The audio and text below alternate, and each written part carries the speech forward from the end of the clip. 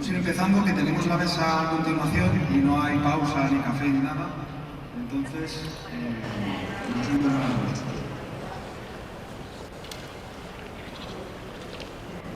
Bueno, muchas gracias a todos por venir. Gracias al organizador y a la sede por poder estar aquí para difundir esta charla de acceso vascular. Empezamos con las guías, los primeros de la guía general, la Fundación General Íñigo Álvarez Toledo. Y va a ser una presentación un poquito dinámica. Vamos a movernos y vamos a ir detrás de eso porque están repartidos los capítulos de la guía entre distintas carreras que hemos hecho. Bueno, lo primero, saber cómo se han hecho las guías. Las guías no son guías SES. Siempre las guías de acceso vascular, las antiguas, de 2004, es la actualización de las guías.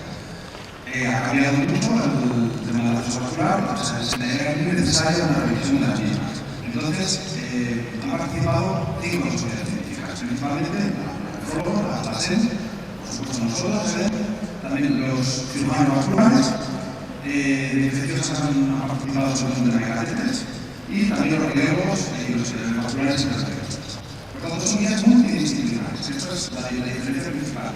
Antes en la guía SEN participaba también la enfermería, y antes en la trata por los cirujanos vasculares y radiólogos, pero en guías, las guías multidisciplinares. Entonces, para hacerla se creó un grupo año 2004, en el que coordinaba los Ramón Roque, José Ideas, y por parte de la SED junto con 4 enfermeras, estamos aquí para presentar las guías. Y luego aparte sería uno de los expertos para una evaluación posterior. La metodología es una metodología no nueva, pero es una cosa distinta a lo que conoce de evidencias. Es el sistema CREI y es más por supuesto a la evidencia científica. ¿Qué es la clave? Ayer tuvimos una presentación de José Ideas en la que hablaba perfectamente de cómo funciona la metodología CREI, y yo voy a decir brevemente también. Y tenemos que coger una evidencia. No nos vale lo de yo estoy aquí o así, aquí se ve bien, yo creo que tal, no. Tenemos que trabajar con evidencia. Ausencia de evidencia es evidencia de ausencia. Por tanto, bueno, ¿cómo se hizo? Se implementó en la Cochrane para ayudarnos en la búsqueda de literatura científica a nivel mundial. Y el sistema CREI, lo que la diferencia es que se busca la evidencia científica es de una recomendación, de las sugerencias o recomendaciones. O sea, está enfocado en la acción. Y la forma de buscarlas es hacer unas preguntas estructuradas y que tenemos un sistema para que sea más sencillo buscarlas y que tengan una metodología particular que no quiero extender. Y como decía, se buscó a nivel de todas las guías, a nivel de todos los trabajos de calidad, la evidencia que había en las preguntas clínicas que se hicieron. Una vez que llevamos los estudios, pues se van valorando y tienen estudios de calidad. Entonces, ¿a qué le llamamos un estudio de calidad? Pues que no tenga limitaciones de diseño, que tenga unos resultados que sean consistentes con la pregunta y en general que sean más o menos.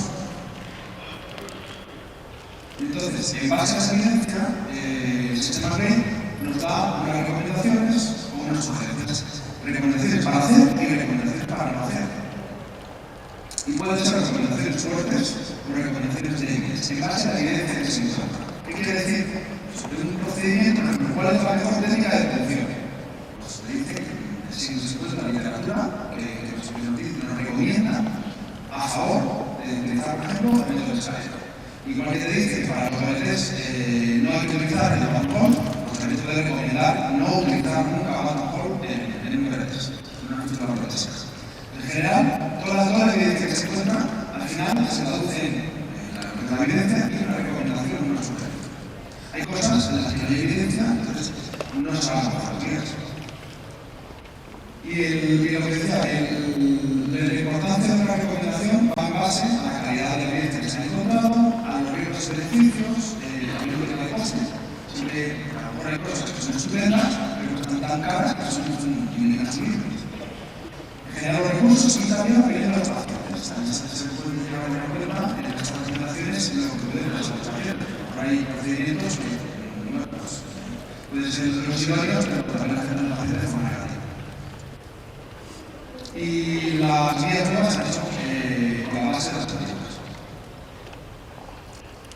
Y bueno, vamos vamos a jugar un poco por los capítulos, vamos a entrar en corazón, el capítulo primero. Para todo el mundo. Yo he presentado. Casi mejor nos vamos presentando uno a uno. Hay confianza, ¿no? Hola, buenos días. Yo soy Patricia Arias, trabajo en el Hospital de la Universidad de Canarias. Lo que vamos a hacer ahora es desarrollar un poco cada uno de los capítulos de las guías, sobre todo lo que más nos interesa a la parte de enfermería. El capítulo 1, que es el capítulo de procedimientos previos a la realización del acceso vascular, habla de una cosa que es fundamental, que se está dando cada vez más también en nuestro congreso y que nos tiene de grupo que además de hablar de las guías. Y es que son fundamentales los programas de manejo del acceso vascular y que estos programas tienen que ser multidisciplinares, que todos los protagonistas explicados, pero sí que por supuesto la enfermería, que es el que al fin y al cabo tratamos con el acceso vascular en el día a día. Se recomienda para las unidades de nefrología, que finalmente vamos a tratar con el sustitutivo, debe contener programas adicionales con participación multidisciplinar y el desarrollo desde la etapa de diálisis. Hay algunas recomendaciones que también ha dicho David, que se basan en la evidencia, y hay otras recomendaciones que, aunque si no ha habido evidencia, se ha puesto al consenso del grupo de trabajo, por ejemplo, esta, que es que se recomienda el paciente que se trata de enfermería y se extiende la conservación de la alimentación artificial, las funciones, las tratamientaciones, y esto especialmente habrá hecho y que no conocemos de evidencia, pero sí acuerdo en el grupo de trabajo. Se recomienda evitar el inicio de la diálisis a través de un cáncer de hueso central a la medida de lo posible, ya que aumenta la mortalidad y favorece las situaciones centrales que van a dificultar el acceso a los materiales futuros. La información del paciente debe iniciar cuando vayamos también a dar la formación de los pacientes en el caso de los tratamientos sustitutivos. Es decir, llegado el momento cuando se empieza a informar sobre los tratamientos, hay que informar de la necesidad de un acceso vascular, de sus cuidados y de la importancia que tiene para el paciente.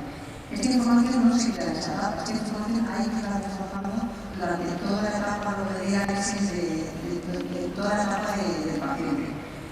Si el paciente empieza de forma aguda, que lo hemos podido informar en la etapa prediálisis, que empieza con un paciente, pues ya hay que informarle de la necesidad de tener acceso vascular permanente de sus cuidados y efectivamente mantener esos cuidados a lo largo del tiempo.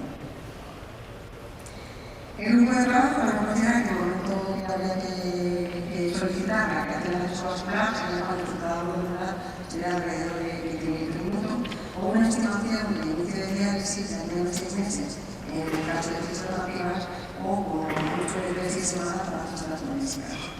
Se sugiere que el momento de la realización del acceso vascular también estuviera determinado por el tiempo de designación. A lo mejor un paciente con enfermedad pulmonar mayor que tiene una enfermedad avanzada de rápida depresión debe llevarse específicamente. Y también hay que tener en cuenta las comorbilidades del paciente, la diabetes, el problema vascular que tiene y demás. Entonces, como veis también, se debe contemplar de una manera diferente ya un paciente a la realización del acceso vascular en una enfermedad renal de la reducción, cuando se ha hecho una fístula previa y no ha tenido éxito en la maduración, o aquellos pacientes que son portadores de diabetes. La planificación que se debe hacer tiene la historia clínica, que es una exploración física importante de la paciente, y también otra cosa que ya se tiene aquí es que se debe hacer un mapeo vascular ecográfico del paciente de todas las actividades. El mapeo debe evaluar el diámetro, la calidad de la pared arterial, la anatomía, la permeabilidad, la sistema nervioso profundo y superficial. El capítulo 2 habla de la creación del acceso vascular y, como en días anteriores, como todos sabemos, porque de hecho es que hay una evidencia arrastrable, lo que se recomienda es la preparación de la administración de la sanación. Ahora vemos también un poco en las prioridades de localización, pero así en general lo más alto posible en el número dominante, seguido de codo, o un número auxiliar como superficialización de la exposición, o ya en el último caso de la exteriorización. Un poco el esquema que tiene las guías se comenta en el relación dominante de las localizaciones. Cuando ya se han adaptado todas las posibilidades, tenemos a una fístula hidrocelésica, principalmente también en los superiores, y la recuperación de recursos pues, sería una fístula protésica femoral o una fístula protésica supramuscular. Se recomienda la implantación de catéter de velocidad cuando no sea posible detectar ninguna de las acciones o cuando sea preciso iniciar el tratamiento de movilidad sin disponer de una fístula de movilidad. Y continuamos con el capítulo 3.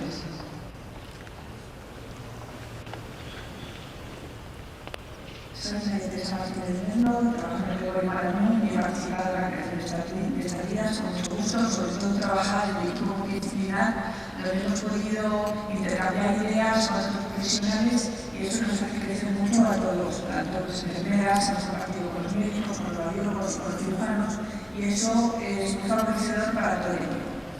En el capítulo 3 lo que se describe son los cuidados de las fístulas y protéticas. La principal actuación y el principal objetivo es conseguir un desarrollo óptimo y un mantenimiento adecuado de la acceso vascular. Es decir, tiene que tener la vía larga, los enfermos tienen que estar realizando sobre el acceso vascular y entonces el primer objetivo va a ser que todas las actuaciones que hagamos sean mantener este acceso con un desarrollo óptimo. Entonces, en el quirúrgico inmediato vamos a controlar cómo se hace después de la cirugía, las constantes, el soplo, el civil, vamos a vigilar el apósito, que no haya sangrado, ni operación de hematomas, ni nada. El periodo de maduración es muy importante, en la consulta ECA tiene que seguir vigilando durante todo el tiempo, cómo se va haciendo este desarrollo, esta maduración, y si es necesario tomar alguna intervención. El periodo de maduración de las fístulas nativas será siempre más de 2 semanas, luego evolucionan según el tipo de vasos que tengan y las protésicas entre 3 y 6 semanas.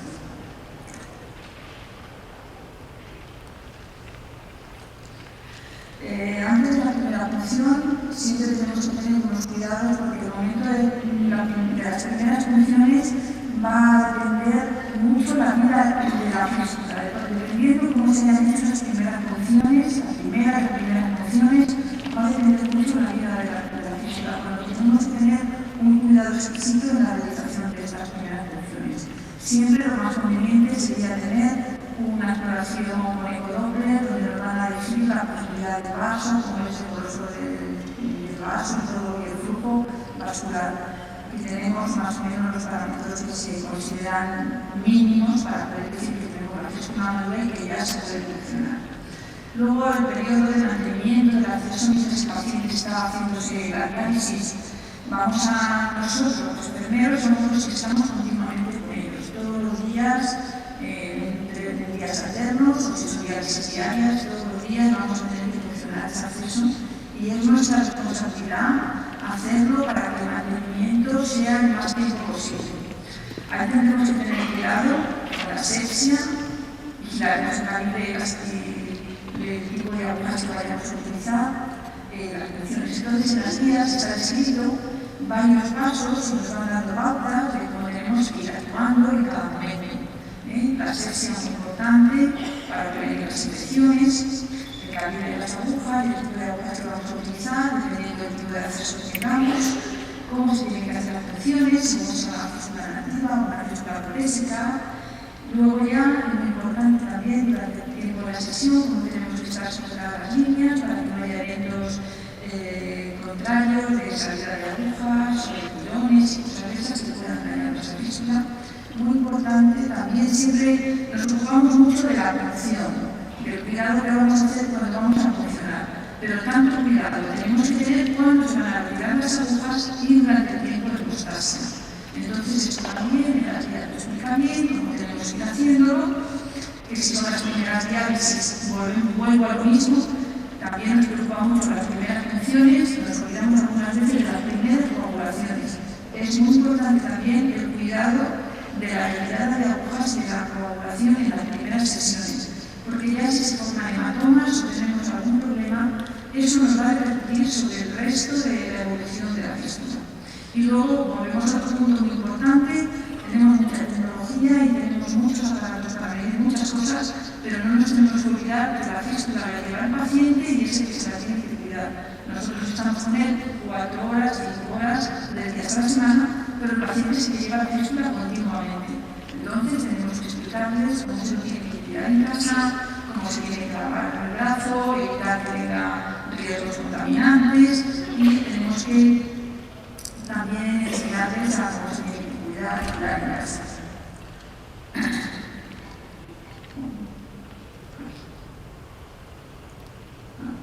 En este capítulo, con incidencia sobre una de las preguntas que se hacía nos hacíamos el equipo, era qué tipo de función es más indicada o no, según la evidencia. Ya se habla mucho de ese tema, ya habló el doctor Ibeas ayer. Entonces, tenemos aquí el esquema de los dos tipos de función. Entonces, se recomienda la técnica de función escalonada como método referente en las fístulas nativas. Se recomienda la técnica de función escalonada siempre en las fístulas protésicas. Y se recomienda la técnica de bottom en todas las fístulas que sean tortuosas, profundas o que sean difíciles de funcionar. Aquí entonces hemos visto que no, en ningún momento recomendamos, decimos que se tiene que utilizar la función en zona.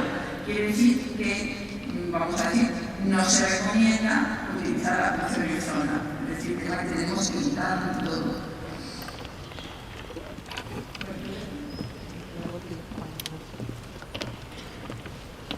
Entonces, pasa en el capítulo cuarto también que las guías determinadas están ahora mismo, no están editadas, se publicarán en breve en la revista nuestra, de la sede, pero de momento, si las queréis descargar en formato Word, además, están en la web de la sede, hay un periodo de tiempo para consultarlas, pero bueno, estarán en breve en nuestra revista. De todas formas, yo creo que sí que os recomiendo, recomendación fuerte, no de las guías, sino mía, que la descarguéis, la leáis. Es una cosa que hay que trabajar en el día a día. En el manejo de la defensa vascular tenemos que trabajar en esas guías.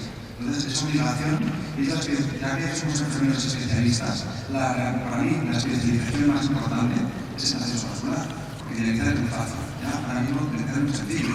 Entonces, lo que nos hace distintos, una de las cosas principales que nos hace distintos, yo creo que es la defensa vascular, el seguimiento, la vigilancia, los cuidados. Por tanto, es una cosa obligada y en todas las unidades adaptarnos a esas guías, son las prácticas habituales, a lo que dicen las guías son las evidencias. Continúo en el capítulo cuarto, de monitorización y vigilancia. Bueno, pues el objetivo de una buena monitorización y vigilancia de las defensas vasculares es evitar que las fístulas se glucose y que funcionen bien, por supuesto. Detectando a tiempo las estenosis y que nos eviten una trombosis posterior y una hemodiálisis. Entonces, es importantísimo que en todas las unidades haya programas de seguimiento.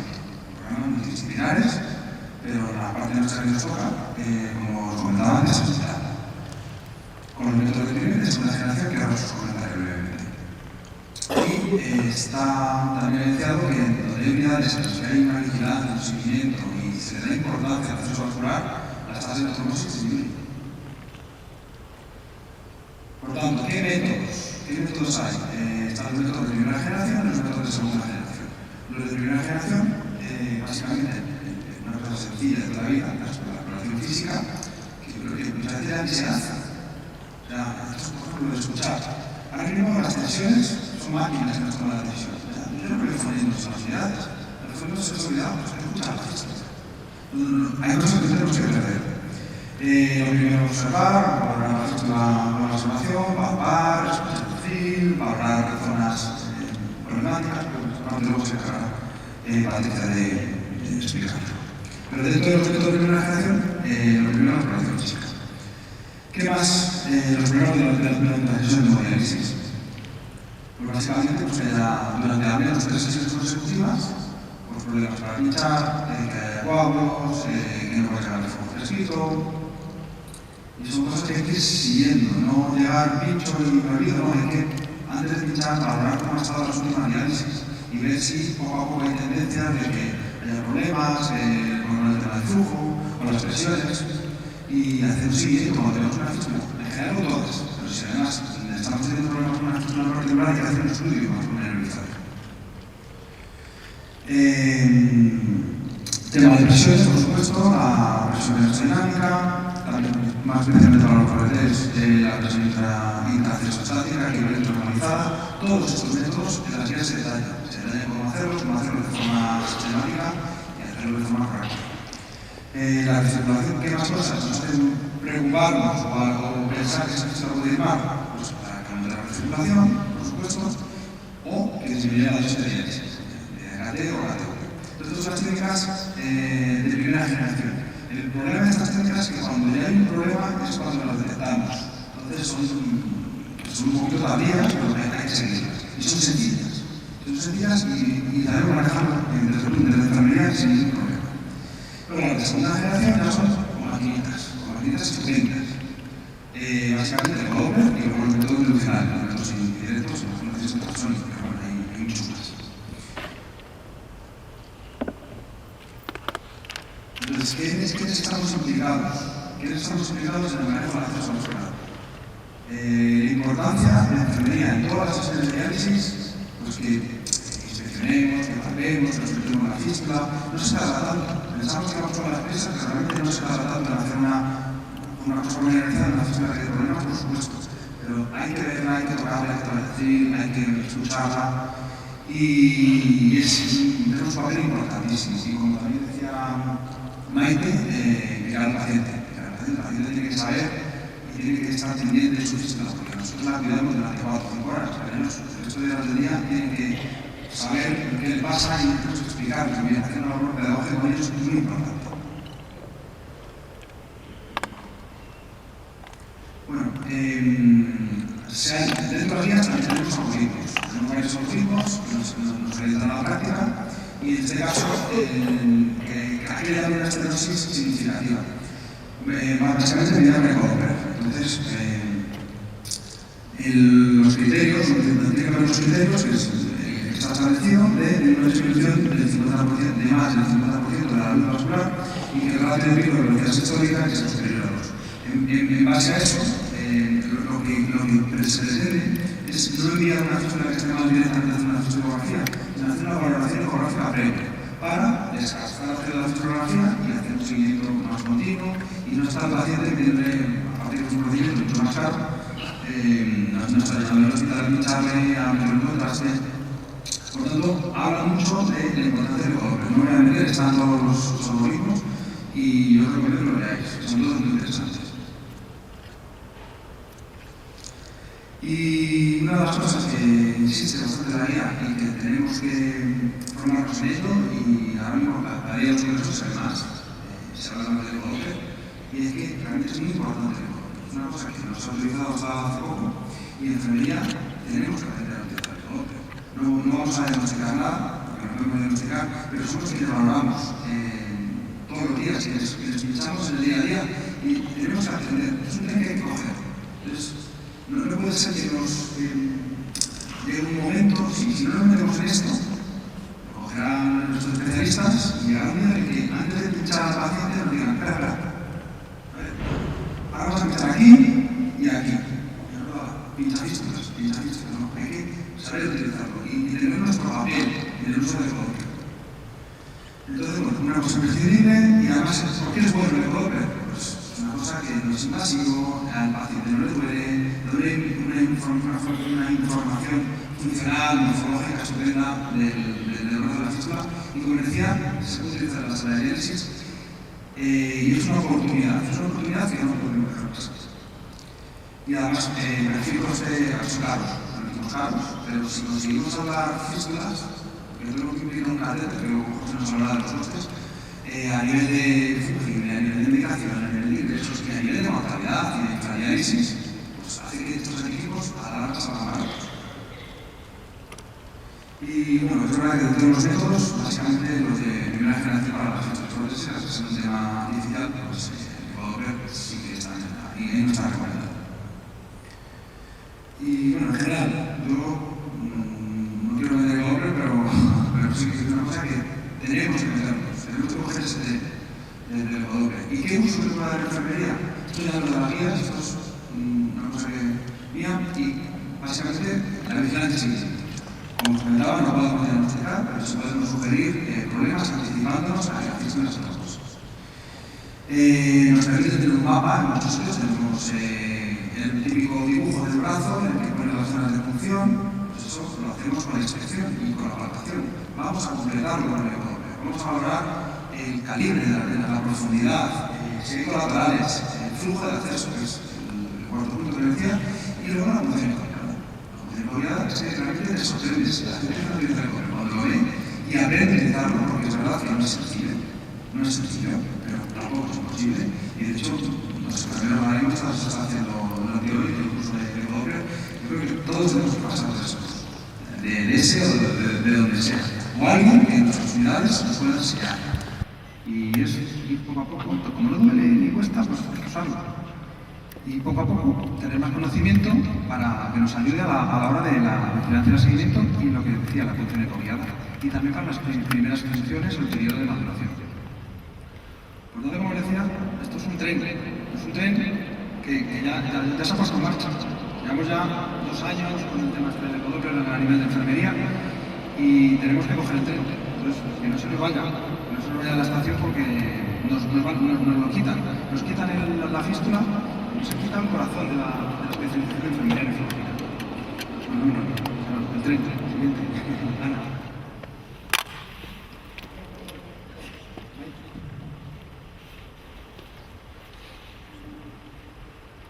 Pues hemos visto cómo tenemos que cuidarla, cómo tenemos que seguirla, pero siempre pueden aparecer complicaciones, ¿no? Que una cosa sin complicaciones no hay. Entonces, dentro de este capítulo, el capítulo 5, va a hablar de las complicaciones del acceso vascular. Va a hablar muy bien de las causas que producen esas complicaciones. Va a explicar también los efectos que tiene, es decir, las manifestaciones clínicas. Va a ver los síntomas que produce y luego también para los médicos pues cómo tiene que resolver esas complicaciones. Pero aquí el papel enfermero también es muy importante, porque hemos dicho que nos va a hablar de las causas y de los efectos de esas complicaciones, de los síntomas. Y entonces nosotros somos los primeros que podemos detectar esos síntomas en la unidad de diálisis. Nosotros somos, como ha dicho David, los que vamos a explorar la fístula todos los días, los que vamos a pincharle. Y entonces, con los programas de seguimiento, es como tenemos que ir detectando las posibles complicaciones que se presenten, porque somos los primeros que vamos a alertar sobre que una fístula va a tener un problema. Por lo que es muy importante, como decía David, que leamos las guías. Son un poquito densas, podríamos decir, pero poco a poco se puede ir sacando y con el lápiz vamos subrayando lo que nos va interesando en cada momento y podremos conseguir tener un documento muy importante para poder conseguir detectar los problemas, avisar para hacer un diagnóstico precoz para que se puedan hacer unos tratamientos rápidos. Entre las complicaciones que ya conocemos todos son las estenosis o trombosis del acceso, estenosis de las venas centrales, un retardo en la maduración. Tenemos que hablar sobre el tratamiento y profilaxis antiagregante, que eso para la enfermería, la infección del acceso vascular, un punto muy importante para nosotros, el síndrome de robo, que no implica enfermería nada más que en la detención y la detención precoz, el aneurismas y pseudoaneurismas, un factor muy importante en el que aquí en las enfermeras tenemos un papel muy importante, no de resolverlo, sino de no producirlo. Y luego tenemos el síndrome de hiperaflujo, donde la enfermería lo que va a detectar son alteraciones en las presiones. Entonces, luego, después de diseñar o enumerar las principales complicaciones que produce el acceso vascular, va describiendo cada una y los objetivos que tiene en el tratamiento de las cosas.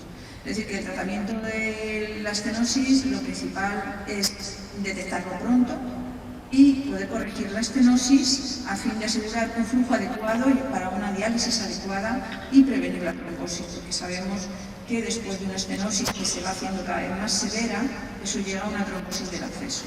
Con lo que, como decía antes, el papel de la enfermería está en detectar pronto estas complicaciones, en este caso la estenosis, para poder arreglarlo antes que nos llegue a la complicación más grave, que es la trombosis. Sabemos que hay varios tipos de estenosis, en la guía se explican dos pasos de diferencia o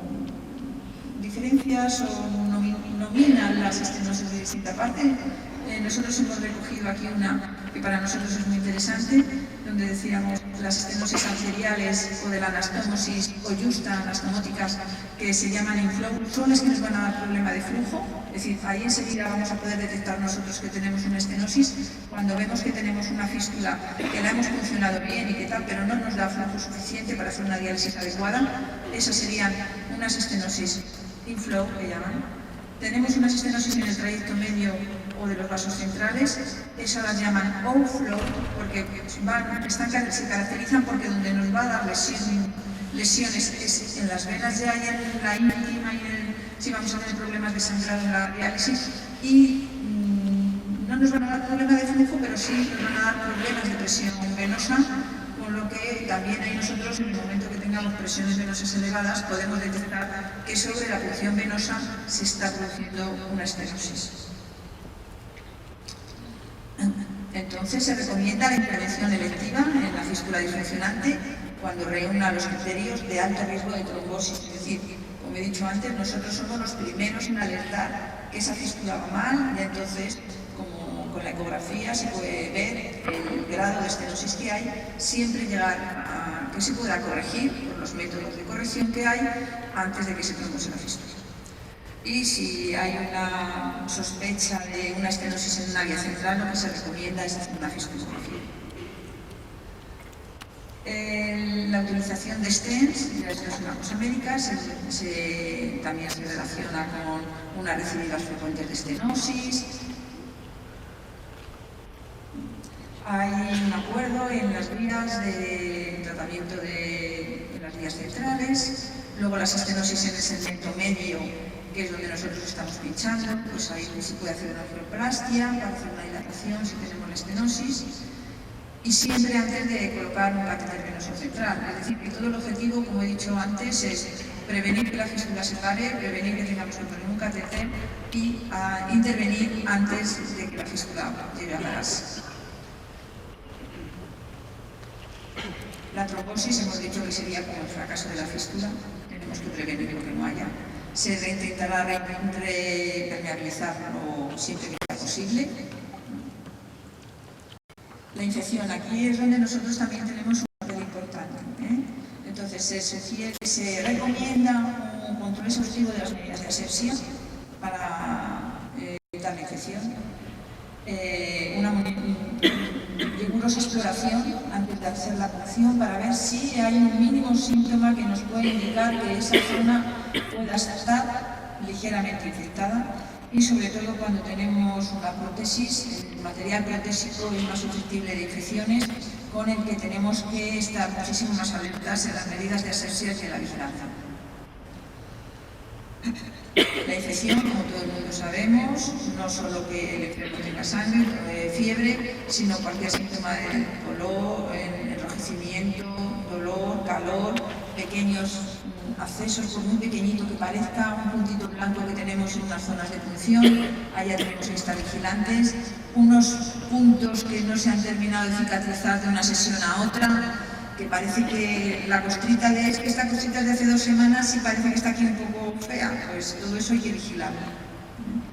Y si en caso de que tengamos una fístula que tenga una zona infectada tenemos que seguir funcionando esa fístula, tenemos que tomar unas precauciones de aislamiento de la zona contaminada para que no nos contamine el resto de las funciones. El síndrome de hipoperfusión distal es lo que toda la vida hemos conocido con el síndrome de Robo, hipoperfusión distal, la misma palabra ya lo va explicando. Entonces suele aparecer en patologías previas o en asociaciones con otras patologías como la diabetes, arteriopatía periférica, edad avanzada, tabaquismo.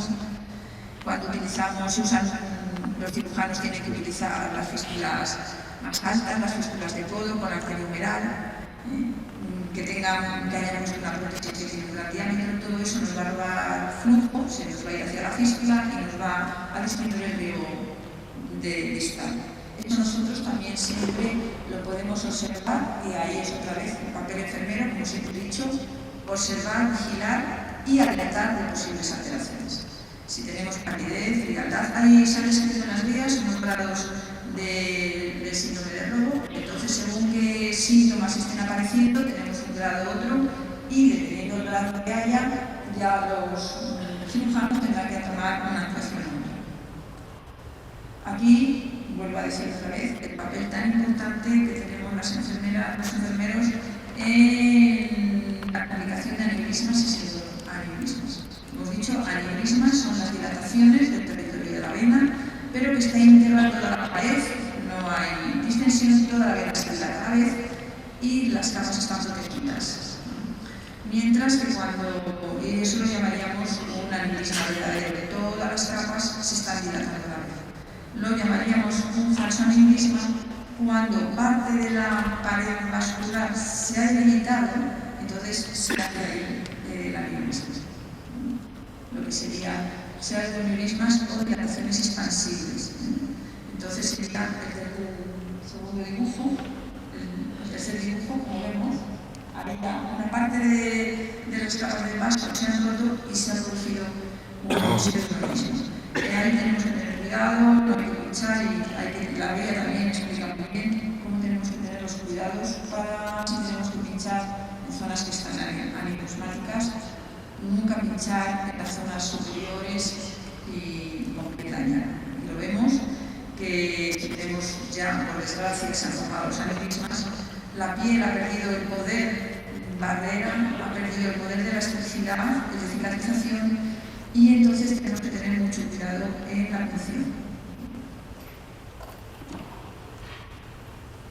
Bueno, ahora Patricia va a seguir con los catéteres.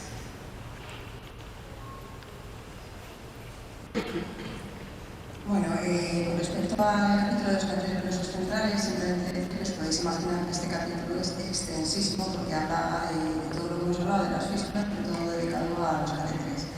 Este sería un poco el índice de este capítulo, pero nosotros lo vamos a sacar a tocar algunos puntos que son los que más aparecen en la enfermería. Con respecto a las indicaciones, como ya se ha hablado un poquito también antes, se recomienda exploración del catéter venoso en pacientes con enfermedad renal aguda o crónica reagudizada que precise hemodiálisis de forma urgente. También se recomienda una trombosis de una fístula que no es recuperable hasta la realización de una nueva, pero acordaros que este paciente será tratado de forma preferente. En los pacientes que no sea posible realizar una fístula arteriovenosa masiva, se recomienda antes de un catéter la fístula arteriovenosa protésica. Se sugiere también el catéter venoso central como hacemos con la selección en circunstancias especiales que también explican cómo sería a lo mejor una esperanza de vida inferior a 6 meses, un estado cardiovascular que contraindique la realización de la fístula o aquellos pacientes que están en lista de la clase durante que se supone que se va a realizar en poco tiempo y también deseos que el paciente a la zona de realizar una fístula. Se recomienda exclusivamente, aquí también tenemos que destacar, cuando habla de catéteres, se refiere a ellos como tunelizados o no tunelizados, cuando te llamamos temporales y demás, pues aquí en la guía se refiere a tunelizados o no tunelizados. Habla también de los no tunelizados, los que se utilizarán con un periodo no superior a 2 semanas, para periodos más prolongados, aunque sea una circunstancia que no vaya a ser para mucho tiempo, se recomienda que se pueda utilizar. Con respecto a la manipulación, parte fundamental para la enfermería, pues lo que ya se ha dicho, se interfiere, o sea, se insiste en este mismo punto, y yo creo que es algo que es nuestro catecismo, que se debe utilizar exclusivamente para hemodiálisis y con personal que esté preparado para ello, que lo conozca ya a través de protocolos. Las estrictas medidas de asepsia, las medidas universales de asepsia, esas las tenemos que tener grabadas a fuego, más con los catéteres venosos centrales, y tiene que haber protocolos de manejo. Ya se ha hablado más en el simposio anterior y tampoco la guía hay evidencia para recomendar, ni es fácil recomendar un antiséptico de elección. Incluso ya se ha hablado de los biólogos que han participado en la guía. Lo que sí que se debe revisar es la ficha técnica antes de utilizar, por ejemplo, antisépticos alcohólicos, y lo que sí que nos recomienda es el uso de pomadas o apósitos no masticables. El orificio de salida debe mantenerse cubierto para proteger su integridad y sequedad. El cambio de apósito, pues evidentemente si el apósito viene sucio, viene levantado, viene húmedo, hay que cambiarlo siempre. Si presenta algún signo de infección, si está íntegro, se puede curar de forma semanal. Y no hay suficiente evidencia como para recomendar un tipo de apósito específico. El seguimiento del catéter también es el día a día que nosotros tenemos con los catéteres en la sala de diálisis, y es lo que nosotros tenemos que observar para evitar complicaciones. El seguimiento tiene que ser vinculado con un seguimiento clínico. El seguimiento va a ser la inspección, de la aparición de infección en el orificio salida o en el túnel, y se debe llevar un registro de seguimiento. También debe incluir la vigilancia de edema de miembros superiores, que nos puede alertar de una posible trombosis central, aparición de dolor, alteraciones en la integridad cutánea del orificio de salida, o sea, no solo los orificios, sino son las colindantes, como los apósitos y demás. Hay que vigilar la longitud externa del apósito, hay que controlar si fluye el apósito del catéter, si el catéter se desplaza. El catéter se desplaza, a lo mejor no también nos vaya a salir, pero sí que nos va a indicar que a lo mejor se está inmóvil. Ha cambiado la situación de la punta del catéter de su ubicación. El seguimiento también debe ser un seguimiento funcional, como funciona la diálisis. El flujo debe ser mayor a 80 minutos, no conseguirlo, sino además mantenerlo. Debemos vigilar las presiones dinámicas y tanto el afloramiento como la recirculación que nos irá diciendo cómo va funcionando. Y ya lo tengo capítulo.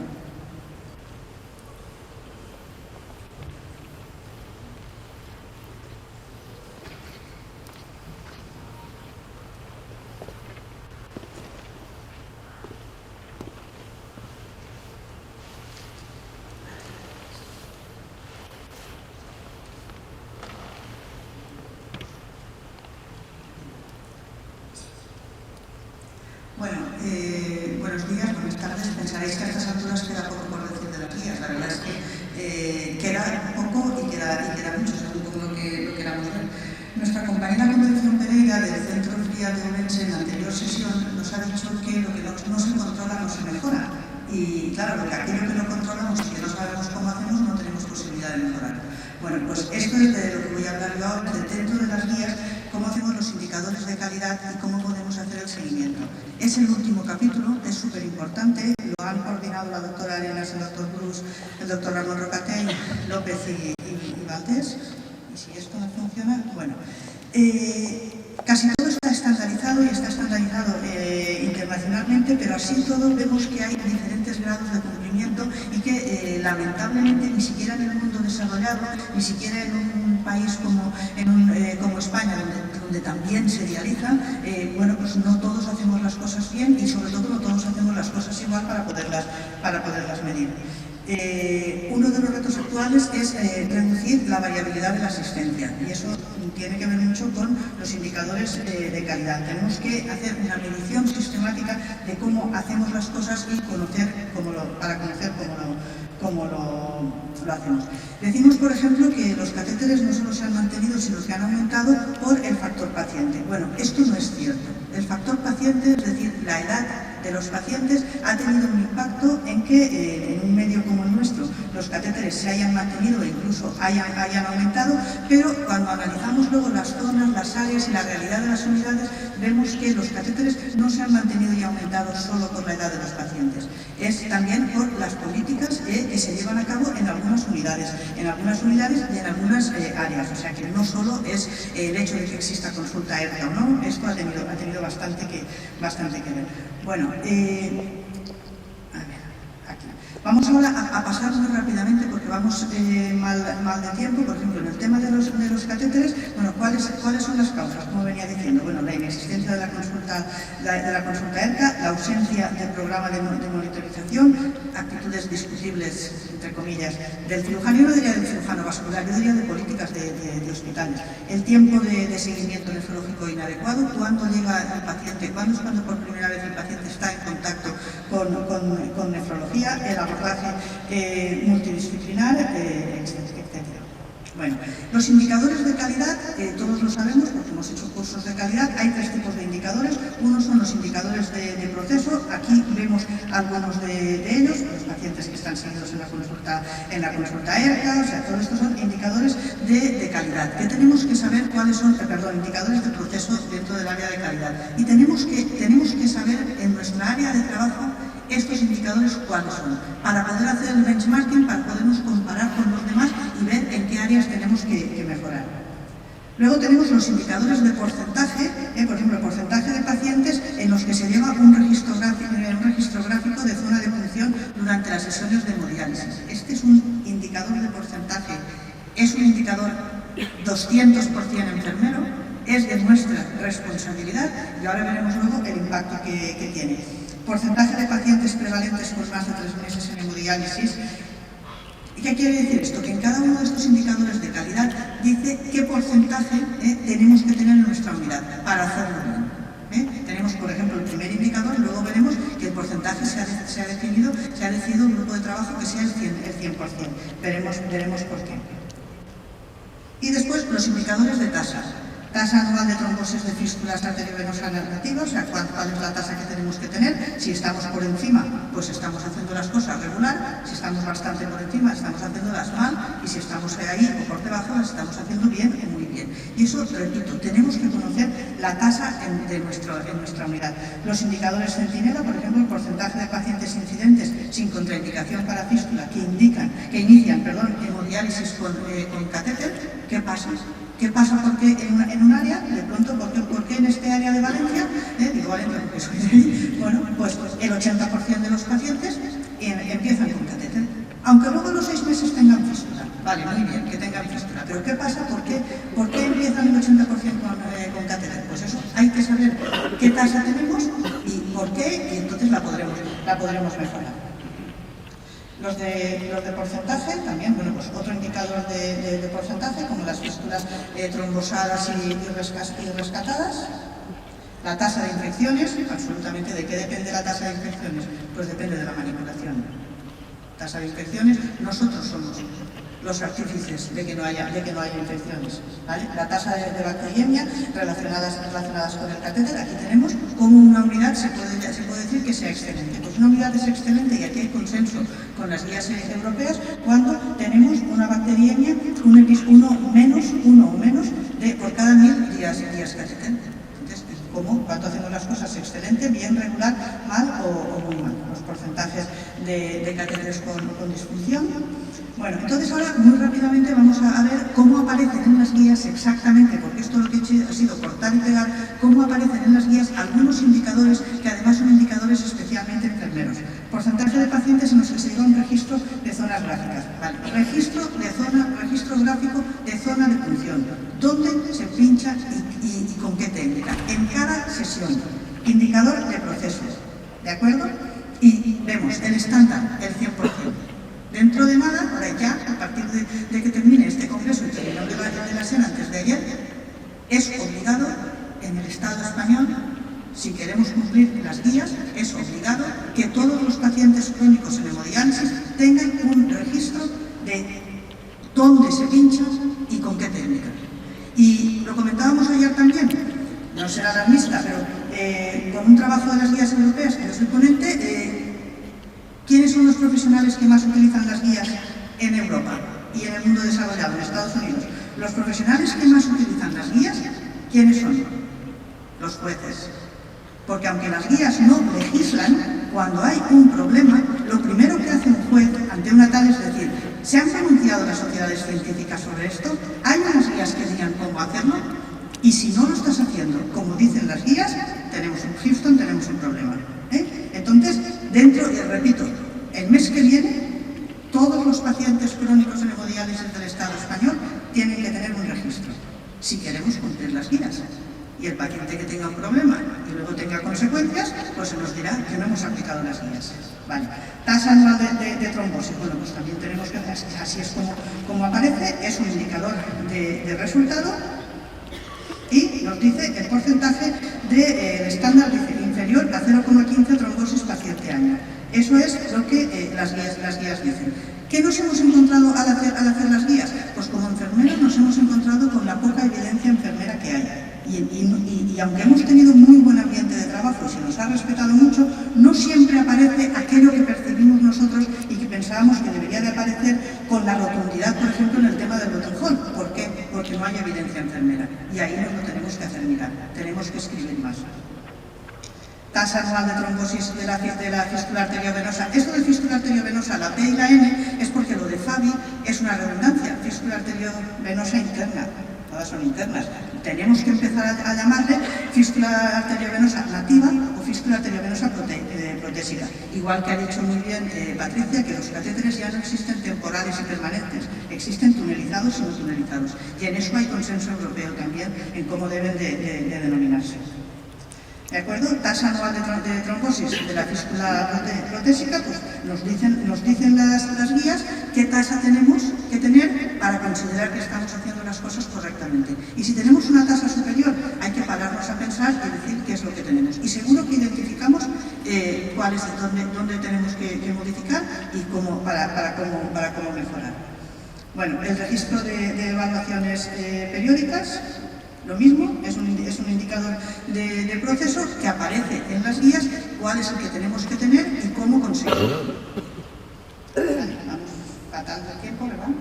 Bueno, pues a ver. Las complicaciones del acceso vascular, el tema de las infecciones, lo mismo. En algunos casos no había evidencia y cuando no había evidencia, el grupo de las guías, por consenso, ha decidido cuál es el indicador y cuál es el porcentaje que teníamos. Eso es correcto, lo aceptan todas las guías y en las europeas que saldrán el año que viene en el Congreso de Barcelona, pues también habrá respuestas a preguntas clínicas donde no hay bastante evidencia y donde el grupo de trabajo se ha puesto de acuerdo. Las complicaciones es lo mismo que antes, la tasa de infecciones en las protésicas, que no son las mismas que en las nativas. Todos sabemos que hay más problema de infecciones con los Gore-Tex, es decir, con las protésicas que con las nativas.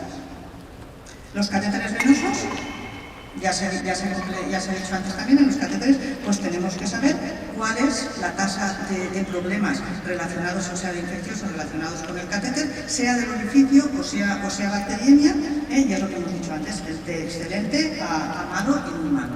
Esto es obligado ya que todas las unidades sepan todos los días en qué tasa están, en el estándar que tienen, cuál es, cuántas infecciones tienen, cuántos orificios tienen enrojecido y cómo resolverlo. Y yo me permito incidir en que la mejor forma y la primera forma de resolver las infecciones es la aplicación de las precauciones universales y la manipulación adecuada. Y eso es enfermero 100%. Seguimos con lo de los catéteres, que lo podéis ver en las guías. Aquí, por ejemplo, al no disponer de referencias bibliográficas, el estándar se ha establecido por consenso del grupo de trabajo, o sea, para la disfunción inmediata. Se separa entre la disfunción inmediata y la disfunción a largo plazo, está cuantificado cuál es la incidencia que podemos tener y cómo actuar sobre ella. Lo que dicen las guías DOCI y lo que dice el grupo de trabajo, que ha considerado que el estándar de las DOCI era el más adecuado. No siempre se considera que el de las DOCI es más adecuado, porque hay evidencias posteriores a la última publicación de las DOCI, pero en este caso es lo que se ha considerado.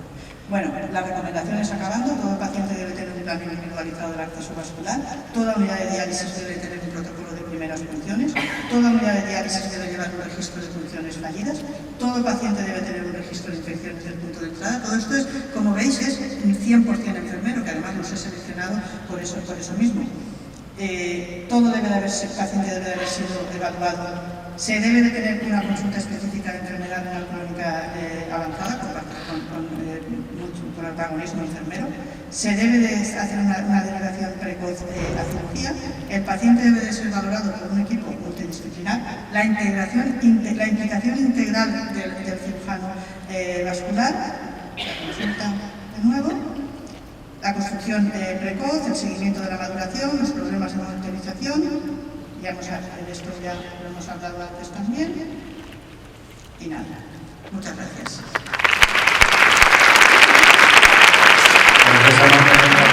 Rápidamente la segunda parte, estará muy larga, estas son más cortitas.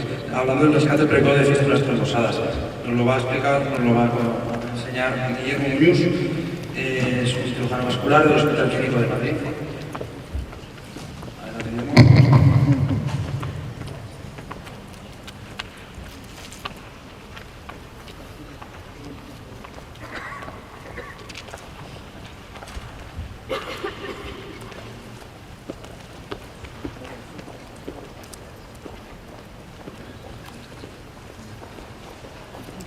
Buenos días a todos. agradecerte, David, la invitación a este foro. Es la primera vez que hablo para un grupo tan numeroso y de enfermeras que se dedican a la diálisis, enfermeras y enfermeros, y la verdad es que estoy muy contento de estar aquí. El tema que me han asignado es el rescate precoz de la fístula arteriovenosa que está trombosada. Ese es un tema que inicialmente es un tema de difícil arreglo médico y que muchas veces nos somete a muchas dificultades. Cuando uno se plantea hacer un acceso vascular, le surgen muchos problemas. ¿Me va a madurar la fístula que le estoy haciendo al paciente? ¿Cuánto me va a durar? ¿He elegido bien el procedimiento? ¿O le pongo una prótesis directamente para que se pueda pinchar? Todo esto son preguntas que uno se hace cada vez que ve a un paciente en la consulta previa a hacer un acceso vascular. Aunque las fístulas son las mejores opciones que tenemos hoy en día para dializar a un paciente, sabemos que no es una técnica perfecta. Por mucho que nos empeñemos, como el señor que está cortando la hierba, en hacerlo lo mejor posible, al final siempre habrá una hierba al lado que va a estar más alta. Es decir, hacemos los mejores accesos que pensamos y muchas veces no nos funcionan. Los criterios para hacer una fístula ya los habéis todos, están escritos en las guías, pero para resumir, siempre mejor una fístula nativa que protésica, mejor cuanto más distal posible y siempre mejor una fístula que un catéter. Sin embargo, muchas veces nos empeñamos en hacer la mejor fístula posible, sino que lo que hay que hacer es hacer la fístula que le va a funcionar al paciente. Todos conocemos casos como este, mujer de 25 años, insuficiencia renal crónica, en prediálisis. Le hacemos una fístula redes-cefálica en el brazo no dominante, vena de 2 milímetros, arteria de 2 milímetros, obstruida al mes. Este es un caso que no viene hospital. Le podemos hacer una fístula en la otra muñeca, cefálica de 2,2 milímetros, radial de 1,9 milímetros, obstruida a los 15 días.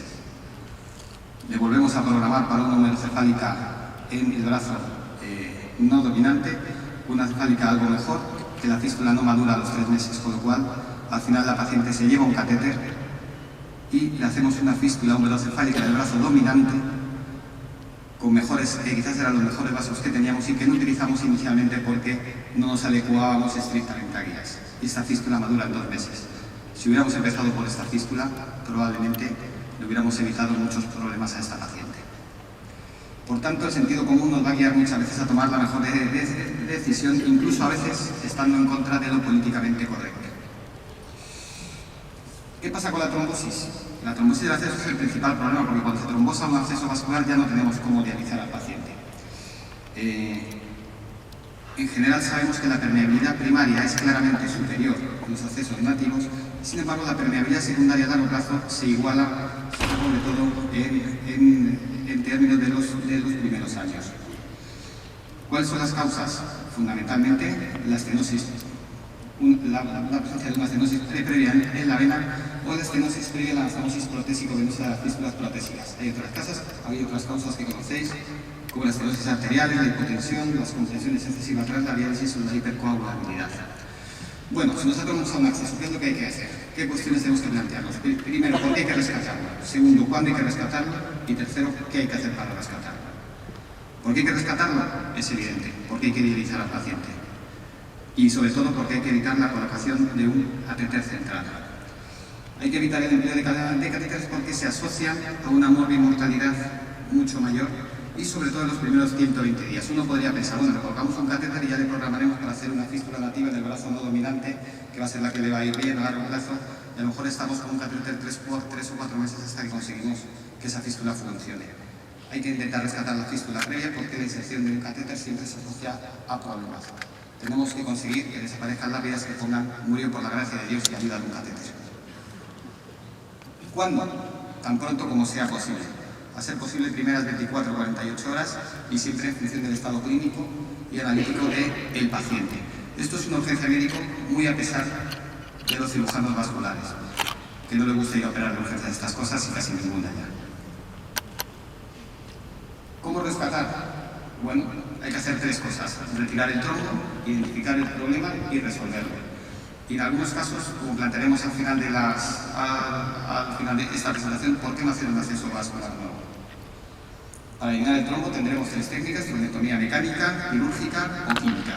La tronectomía mecánica son dispositivos que se envía percutánea, habitualmente utilizados por los radiólogos y que, digamos, aspiran el trombo que hay en la fístula.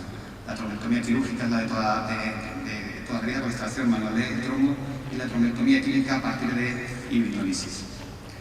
En general, como podemos ver en esta diapositiva, la trombectomía mecánica, si bien tiene un éxito técnico que inicialmente es muy bueno, la permeabilidad que nos ofrece es muy baja. A 3 meses, el 25% de las fístulas que son nativas están otra vez trombosadas y el 41% de las que son protésicas. Es decir, que es un procedimiento con muy bajo rendimiento. Sin embargo, a base de procedimientos repetidos endovasculares conseguimos buenas permeabilidades secundarias en 3 meses.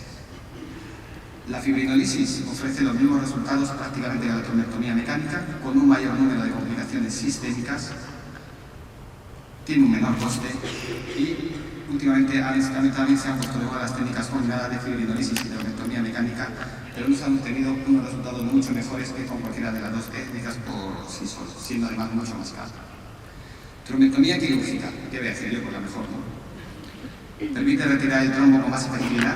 Se podría retirar prácticamente el trombo de cualquier fístula, técnicamente es muy sencillo, tiene un menor número de complicaciones que las otras dos técnicas y es infinitamente más barato. Un catéter de fuerte cuesta 35 euros. Si miramos algún estudio, podemos ver que una trombectomía que se haga pronto nos va a favorecer el que esa fístula vaya mejor a largo plazo. Si vemos que cuando hacemos una trombectomía quirúrgica, la permeabilidad que obtenemos a los 3 meses de fístula en todos los casos es del 65%, muy superior a la que tenemos con medios endovasculares, y más o menos va a ser similar cuando lo hacemos en prótesis o cuando lo hacemos en fístula nativa. Nos vamos a encontrar, por tanto, que es una técnica que ofrece muy buenos resultados y que mejor cuanto más pronto se haga. Este estudio es un estudio muy interesante que se publicó en el año 2011 y que compara dos grupos de pacientes. Pacientes que se les hace una trombectomía mecánica, endovascular, más procedimiento endovascular de reparación, o pacientes a los que se le hizo una trombectomía quirúrgica, más procedimiento endovascular o quirúrgico de reparación.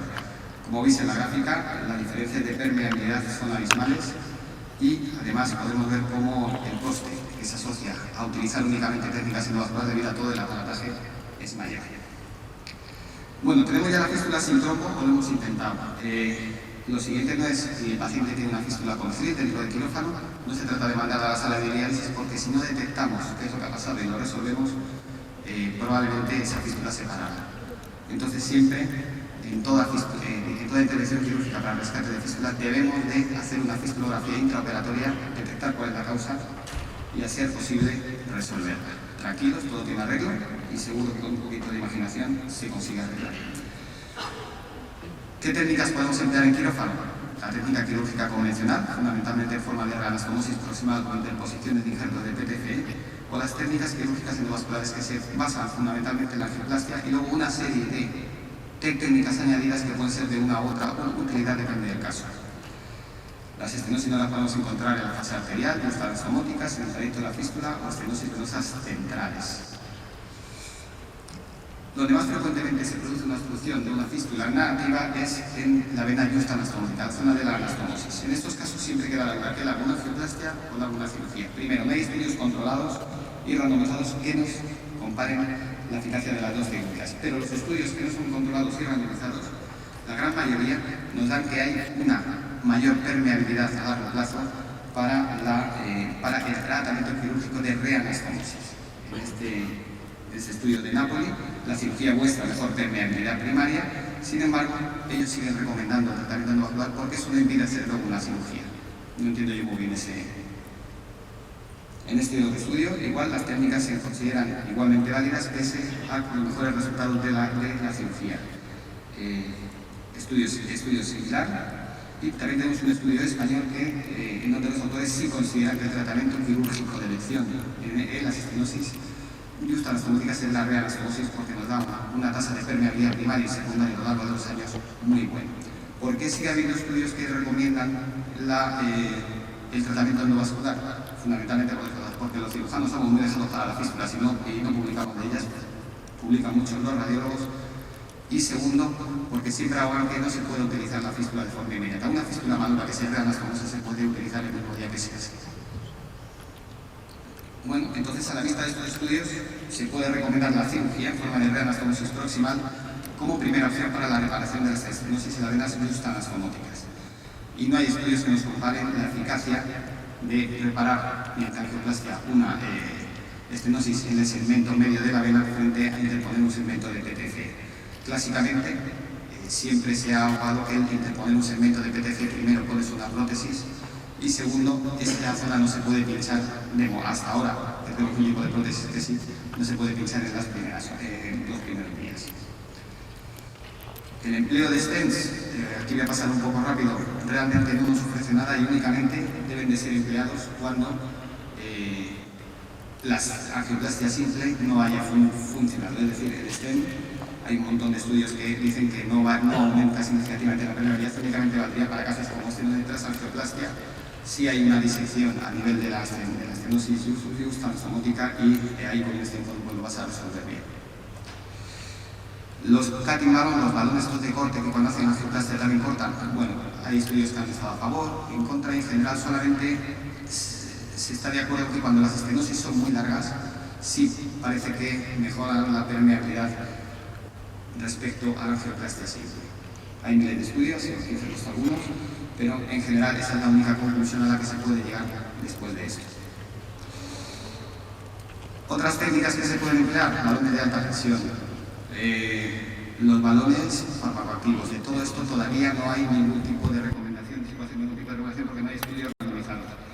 Los balones farmacoactivos tienen resultados prometedores, no hay estudios, y la prótesis cubierta en general no va a tener ningún tipo de utilidad, salvo en las estenosis del callado de la cefálica. Pero pensar que si tenemos una fístula que sabemos hasta el callado de la cefálica, prácticamente va a ser imposible rescatarla, porque siempre se va a quedar mucho trombo. Es un segmento largo, generalmente son fístulas muy dilatadas debido a la presión que ha ejercido. A modo de resumen, estenosis arterial, estrenamiento endovascular, anastomosis, reanastomosis y la estenosis de la propia vena, las estenosis cortas, balones de alta presión, cutting balloon o simplemente la resección de segmentos y la ventral y la reanastomosis. Estenosis más larga, cutting balloon o interposición de PTC. Con prótesis de función inmediata. Claro, está para que esa fístula se pueda funcionar en las primeras 24 horas. En cuanto a las fístulas protésicas, casi siempre se estropean a nivel de una estenosis en la anastomosis venosa, también puede ser arteriales o alteraciones en la prótesis. No existen estudios randomizados que nos comparen una cirugía frente a la angioplastia, pero en general los estudios nos van a mostrar que hay mejor resultado para la cirugía, es decir, mejor resultado una extensión distal del PTC más allá de la axila que la colocación de un stent. Eso sí, hay que volver a entrar en una zona redisecada de la axila, no dañar ningún nervio y hacer la cirugía para que no haya ningún tipo de problema. La dificultad técnica, evidentemente, es mayor. Por tanto, ¿qué es lo que yo hago? En las extensiones distales, cuando tengo lesiones más cortas, es decir, que yo puedo llegar a una zona de venas desde la axila sin necesidad de meterme en el tórax, que complica mucho la cirugía, y en los pacientes que son jóvenes, para intentarle asegurar una permeabilidad a largo plazo. Tratamiento endovascular con colocación primero de angioplastia simple, si esto no queda bien, stent, y cuando es una restenosis una endoprótesis, lesiones que son largas en la vena o pacientes en mal estado que no van a aguantar una cirugía. A pesar de todo esto, muchas veces podemos pensar que el acceso es imposible de rescatar y que el paciente está ahogado a un catéter central. Bueno, casi nunca. Ahora tenemos las prótesis de punción inmediata, es decir, tenemos prótesis que nos van a permitir la canulación en menos de 24 horas. Nosotros desde hace un año hemos empezado a hacer un programa en donde los pacientes que tienen una fístula no rescatable desde el punto de vista quirúrgico de urgencia, se les pone una prótesis de punción inmediata de urgencia y son con la finalidad de evitar colocar el catéter para esa diálisis que necesita urgente el paciente. Hasta ahora hemos hecho 13 pacientes. Cuando llevamos cirugía urgente, cirugía urgente hay que hacerla unas horas, pero ha habido algunos que se han demorado 24 o 48 horas por el estado analítico del paciente, lo permitía. Y se han hecho desde interposiciones de PTCE hasta fístulas directas humerascelares, lupanterbraquiales, fístulas humerosubclavias, incluso fístulas axilofemorales. Cosas exóticas. ¿Qué nos hemos encontrado? Bueno, que la gran mayoría se han canalizado en las primeras 48 horas, con un tiempo mediano de 24 horas, de 3 y 16 horas. Los primeros simplemente es que no se atrevían nadie a pincharlas. Entonces se colocaban y bueno, hasta que alguien decidió que ya era hora de pincharlas, pues ahí estaban. Todos los pacientes que no portaban catéter, se les trombosó la fístula que no era rescatable, se evitó la colocación de ese catéter.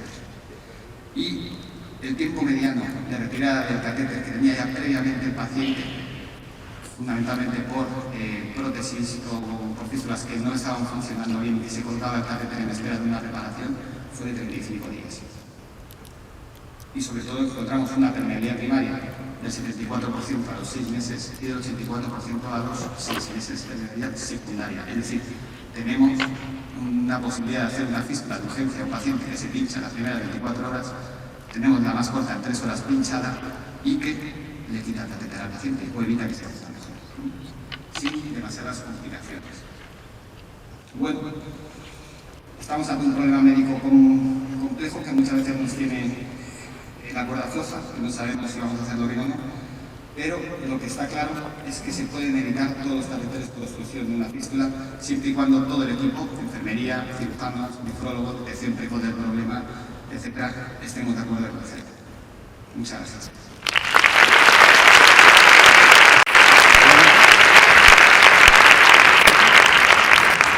Muchas gracias, Guillermo. Es un placer, la verdad. Me alegría ver que hay muchos cirujanos vasculares que realmente se implican y se dan cuenta de la importancia que tienen los endovenosos. Bueno, vamos a pasar a la última presentación. Es un análisis de costes, que también sabemos que el catéter es malo, pero vamos a ver si es caro, más caro que la fístula o no. Y bueno, nos va a contar algo al menos la repercusión que tiene para la enfermería José Guerrero. José Guerrero es el supervisor de una unidad de la Fundación Renal Miguel de Toledo, Centro Santa Engracia.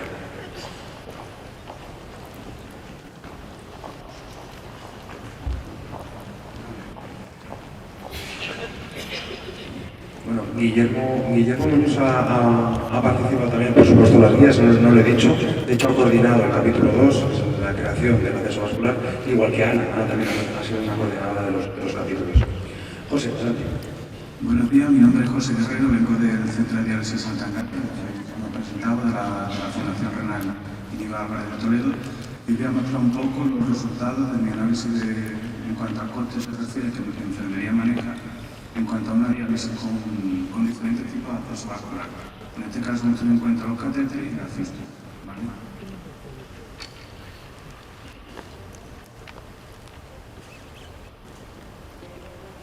Como ya hemos estado viendo en otras presentaciones, España, según el 2.4, se encuentra con un 24% de catéteres que va en aumento año a año. Ya en el 2.5 nos encontramos en un 29% España, ¿vale? Hay países que están mucho peor, pero hay otros que están mucho mejor. Yo creo que nos debemos acercar a esos países que están bastante mejor que el nuestro. Para valorar los costes hemos tenido en cuenta tanto el material fungible, ¿vale?, como la medicación, todo aquello que maneja la enfermería, de la fístula nativa, del Gore-Tex, la fístula protésica, y de los catéteres, ¿vale? En cuanto al gasto de material fungible, bueno, teniendo en cuenta todo aquello que limita la conexión y desconexión de cada uno de los accesos vasculares. En cuanto al gasto de la medicación, teniendo en cuenta la heparina de bajo peso molecular, uroquinasas, vancomicina, ¿vale? ¿De dónde hemos sacado los datos? Los datos los hemos sacado de nuestra base de datos, ¿vale?, que consta en total se han sacado de 12 unidades de la Fundación Renal, 12 todas las que tenemos, y se ha analizado el periodo del 2012 al 2015, ¿vale?, una muestra total de 177 pacientes que se han incluido en el programa de hemodiálisis y que no han salido por ningún motivo, bien sea por trasplante, por traslado. O sea, si el paciente se ha trasplantado y ha hecho rechazo del trasplante, el paciente no lo quita el electrodo, ¿vale? En total se han analizado más de 86.000 diálisis, ¿vale? Me río porque ha sido un montón de datos. Para ello, ¿qué hemos tenido en cuenta? Hemos tenido en cuenta los precios que nos han dado algunos hospitales. Nosotros les hemos entregado un Excel, ¿vale?, y ellos nos lo han devuelto con el importe de cada uno de estos productos, de las agujas, de los precat, de los apósitos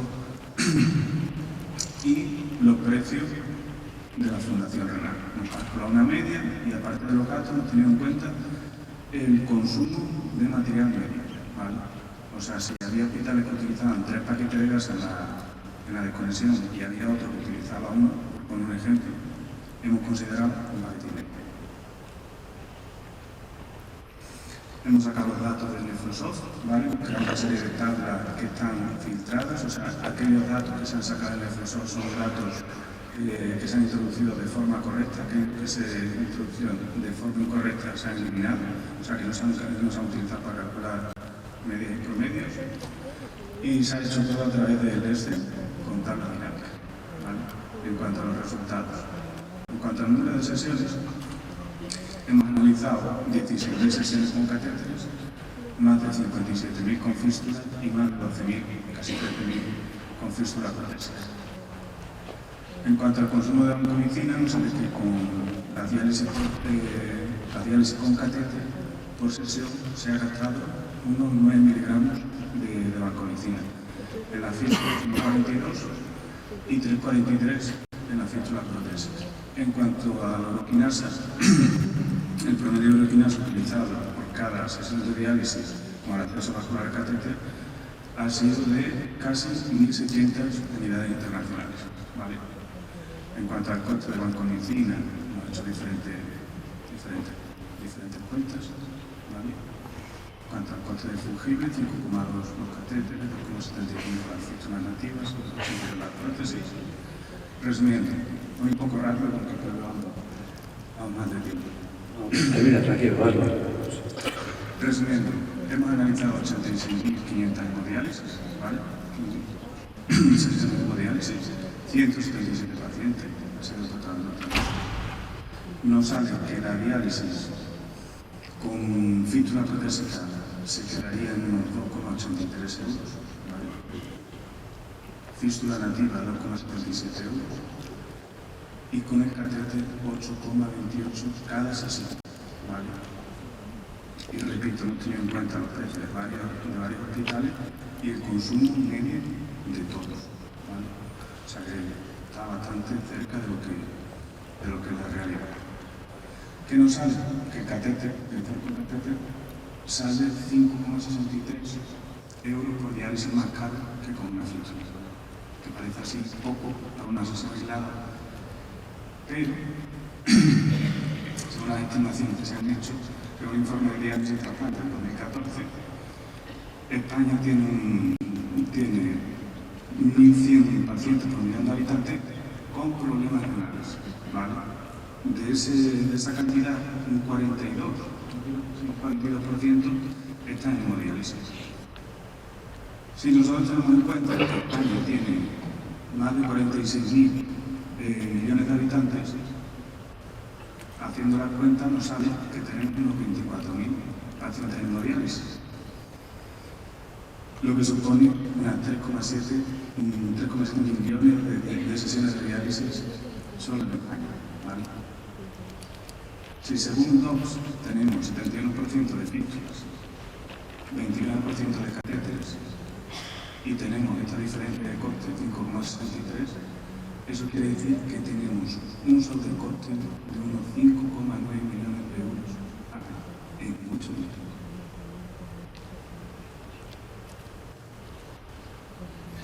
Si nosotros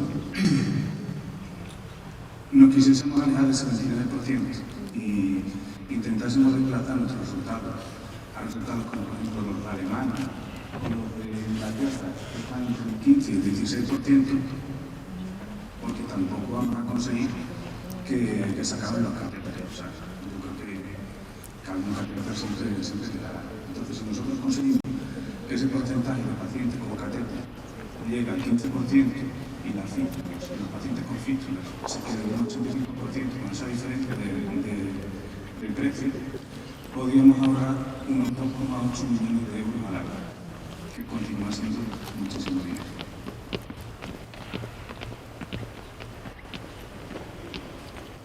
Claro, con este dinero, pues sí, es un ahorro, pero tampoco el trabajo tampoco está hecho pensando en que nos guardemos el dinero. Al fin y al cabo somos enfermeros y para nosotros lo más importante son los pacientes, desde luego.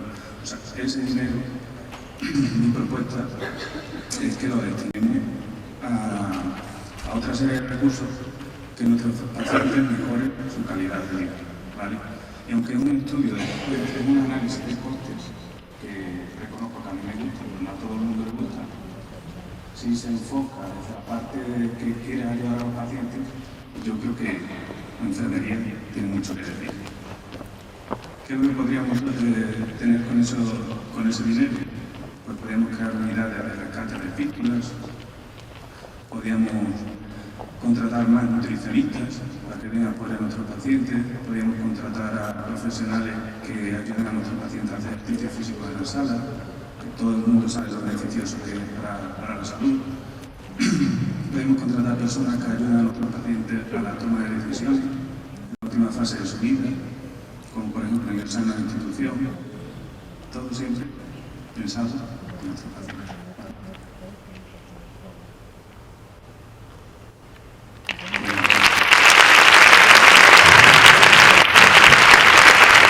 Bueno, muchas gracias por el gran esfuerzo que han hecho, sobre todo el doctor Muñoz y José. Tenemos tiempo para una pregunta. Si alguien se atreve, pero tiene que ser una. Mientras tanto, José, los estudios de coste no son ni buenos ni malos, son imprescindibles.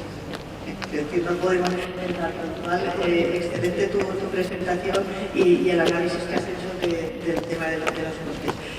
¿Tenemos esa pregunta? Hola, buenos días. Soy Antonio de La Coruña. Antes de nada, dar la enhorabuena a todos los ponentes. Y me preguntaba un poco en general a toda la mesa, aprovechando que tenemos a un cirujano vascular. Y la compañía, creo que fue la compañía de Valencia, ha descrito muy bien las causas de aislamiento de la prevalencia de catéteres utilizados en las unidades de diálisis. Entonces, mi pregunta es, ¿qué podemos hacer nosotros desde la unidad de diálisis? ¿Aguantamos el chaparrón de catéteres? O, por ejemplo, en nuestra unidad, desde que los nefrólogos comenzaron a colocar tunelizados, el tiempo de transición entre el catéter transitorio al tunelizado pues, disminuyó brutalmente, pero de ahí a las fístulas, ¿qué se puede hacer?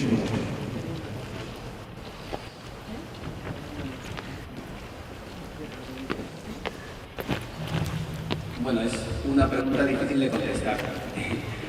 El problema que se tiene, o por lo menos como yo lo percibo, es que o en los servicios de cirugía vascular se instaura una unidad específica para accesos vasculares, o realmente eso es complicado porque entra dentro del pool de pacientes que deben de ser valorados por el cirujano vascular como otros cualquiera. Es decir, entraría en el pool, por ejemplo, de los pacientes que tienen que ser operados de varices. Claro, en una lista de espera de varices, de pacientes pendientes de diálisis, de pacientes pendientes de aneurisma, de carótidas, de isquemias, pues a uno le toca cuando le toca. En cuanto los servicios de cirugía vascular se conciencian de que es importante tener un espacio especialmente dedicado a los accesos vasculares, todo esto mejora de forma inmediata porque tienes a un cirujano vascular 2 días a la semana, toda la mañana dedicado a valorar a los pacientes en hemodiálisis. Eso en cuanto a la creación del acceso, que sin duda alguna puede disminuir mucho el que se hagan catéteres hasta que tengamos un acceso vascular que esté funcionando. Y lo segundo es la vigilancia del acceso a la sala de hemodiálisis. Es decir, a la mínima, en cuanto detectéis que hay un problema en la sala de diálisis con un acceso, ese paciente debe de ser remitido al cirujano vascular que le va a hacer un ecodoppler de forma preferente y se va a reparar siempre de forma preferente. Lo que no queremos es operar a pacientes de urgencia porque se les ha trombosado la fístula. Eso es un rollo, porque además son difíciles, son complejos, te tiras toda la noche operando para a lo mejor nada. Lo otro es mucho más fácil, siempre porque lo programas. Tener en cuenta que actualmente con el ecodoppler prácticamente hacemos menos de un 1% de fistulografías. Todo se hace con el ecodoppler. El paciente va a quirófano con el ecodoppler, incluso se valora intraoperatoriamente con el ecodoppler. Eso es algo que tendréis que aprender porque muchas veces la intuición que tenéis, por lo que habéis hecho siempre de palpar, sentir, lo que decía David, de uy, esta fístula no me gusta, ese es el sentido que tenemos los que nos dedicamos a tratar con los pacientes. Con el eco vais a poder llegar a decir, no es que no me guste, es que aquí hay algo que funciona mal y lo vais a remitir al cirujano vascular para que él le quita el eco y vea qué puede hacer con esta fístula y la repare. Muchas gracias. Muchas gracias, Guillermo. Yo me voy a atrever a hacer una puntualización y a contestarte a tu pregunta con 2 palabras. ¿Qué es lo que podemos hacer? Recoger datos. recoger datos y esos datos confrontarlos delante de la dirección y en las asociaciones de pacientes. La comunidad sanitaria y la comunidad renal tiene que saber los datos que acaba de presentar aquí José en términos de dinero y luego en términos de salud.